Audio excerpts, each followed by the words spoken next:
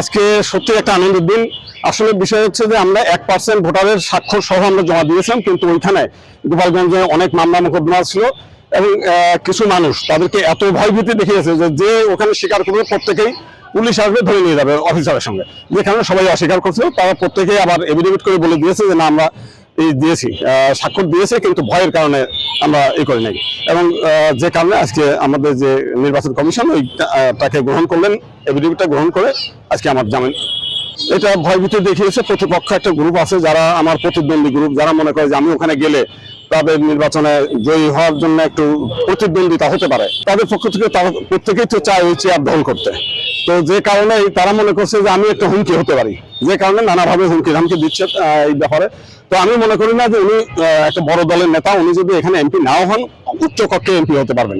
অতএব ওনার এই যে ভয়ের কোনো কারণ নেই। আমরা বরং ওইখানে মাইনরিটি সমাজ, তাদের একটা মানে প্রতিনিধিত্ব দরকার, পার্লামেন্টে তাদের কথা বলার লোক দরকার। আমি মনে করি ওনারই উচিত আমাকে কনসিডার করা।